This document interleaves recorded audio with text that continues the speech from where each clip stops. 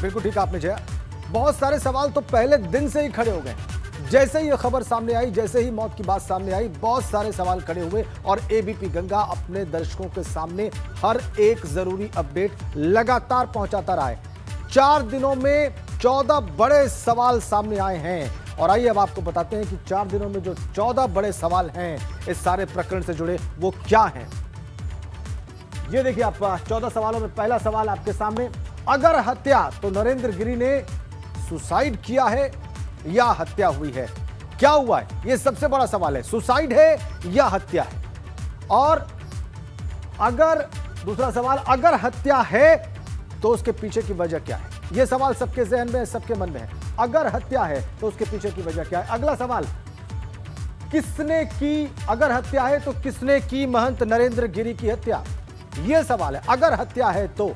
अगला सवाल, अब तक पुलिस की गिरफ्त से वो हत्यारा बाहर क्यों है? उसके बारे में पुलिस को कोई जानकारी नहीं। क्या, अगला सवाल, क्या जमीन विवाद को लेकर हत्या हुई?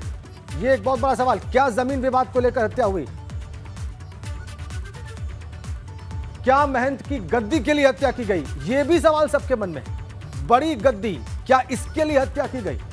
एक और बड़ा अहम सवाल जो सामने निकलकर सामने आया, महंत ने सुसाइड किया तो उन्हें किसने मजबूर किया? यह भी बड़ा सवाल है जया, और जो हमारे दर्शकों के जहन में चल रहा है। अगला सवाल, ऐसा क्या हुआ जो महंत ने आत्महत्या की? अगर सुसाइड है तो ऐसा क्या हुआ कि उन्हें आत्महत्या के लिए मजबूर होना पड़ा? और सवाल इससे जुड़ा हुआ यह भी है कि क्या हत्या को आत्महत्या का रूप दिया गया? क्या कन्वर्ट करने की कोशिश की गई इस सारे प्रकरण को? अगला सवाल जो जुड़ा हुआ इससे बहुत महत्वपूर्ण है वो ये कि नरेंद्र गिरी और आनंद गिरी की रार का फायदा क्या उठाया गया? ये भी एक सवाल है। क्या इन दोनों के बीच में जो रार थी उसका किसी ने लाभ उठाया?